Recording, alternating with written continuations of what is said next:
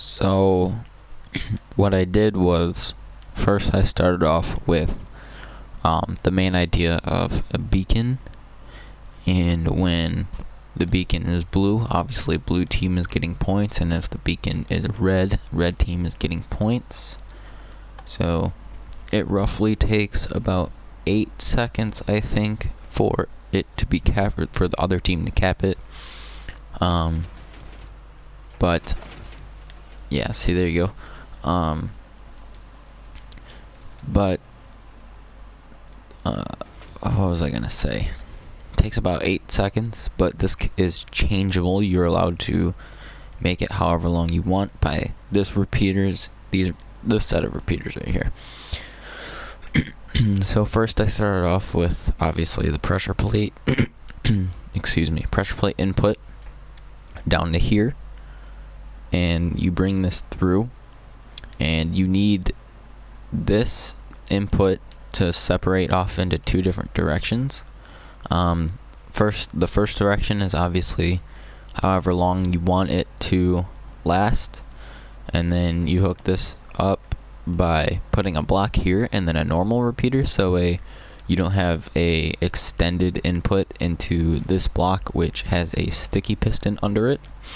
The other way that you want the input to go is down here over to this, so that way if they don't hold on it, see, look here, I'll just show, if you don't stand on it for long enough, that block will get retracted, so that way they can't cap like that, and then so the input doesn't go through.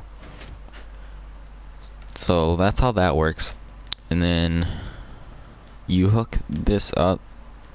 I mean, I don't think you need these extended repeaters, but I just wanted it to last longer a little bit, like has to take a second for it to cap. And then you hook this up over here, and right here this is I can't remember what it's called. It's a T flip-flop. You hook it up to a T flip-flop, and I don't know how to make this better, but I just did it the way I know how to do it. So I made a T flip-flop and then have it get a double input, so that way this block of redstone will go this way and then come back. But I didn't really I couldn't figure out a way to make it different. And then right here you have another version of what could be the T flip-flop, but I didn't use it as that. So when this gets powered and then unpowered, it will shift. So the blue, if I power this and unpower it, so if I put a button on the side and press the button, here I can even show you, I think, without breaking anything. So if I do this, the blue block will shift over, and then so I hooked this input up to another T flip-flop, but this time the T flip-flop is always powered, and then when it gets unpowered, obviously this block comes down, and then when it gets powered again, the block will move. So you hook this up right here, this to a hopper timer, which you can then hook up to a scoreboard for the blue team, and then you hook this up to another hopper timer, which you can also hook up to the scoreboard for the red team.